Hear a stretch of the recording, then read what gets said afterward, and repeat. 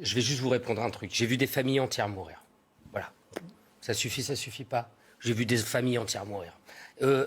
La semaine dernière, 23 ans, pas d'antécédent. Réanimation pour le Covid. 27 ans, pas d'antécédent. Réanimation Covid. C'est toujours pareil. La moyenne d'âge, 60 ans. Vacciné, on est d'accord. non vacciné.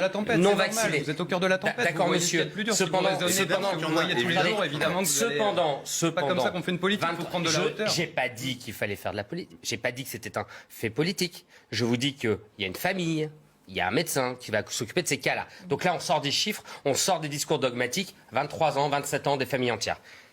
Je pense que l'exécutif n'a pas le droit de confiner le moindre Français sur le territoire. Si Emmanuel Macron ne sort pas de son confinement et son enfermement, qui l'empêche d'organiser un grand plan santé. Simple. Voilà. Moi, il me dit que je suis confiné dans 15 jours. Si en même temps, il m'annonce qu'il y a un plan santé, parce qu'il a compris que pour ouvrir des lits de réanimation en France, il faut des infirmières, je dis ça ne me dérange pas d'être confiné. Il est comme ça, le débat. La clé, elle est là. Augmenter les capacités des hôpitaux en personnel et en moyens, et on n'aura plus besoin de se poser ces questions. Ça n'est même pas augmenter les capacités, c'est garantir les capacités minimales. Jean-Louis Teboul, réanimation de Paris. Djilaï Hanan, c'est deux professeurs chefs de service de réanimation. Jean-Louis Teboul, 5 lits de réanimation en moins sur 15. 33% de lits pas ouverts.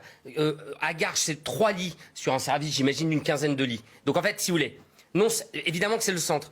Emmanuel Macron ou Pécresse ou n'importe qui d'autre, ils seront élus sur la santé.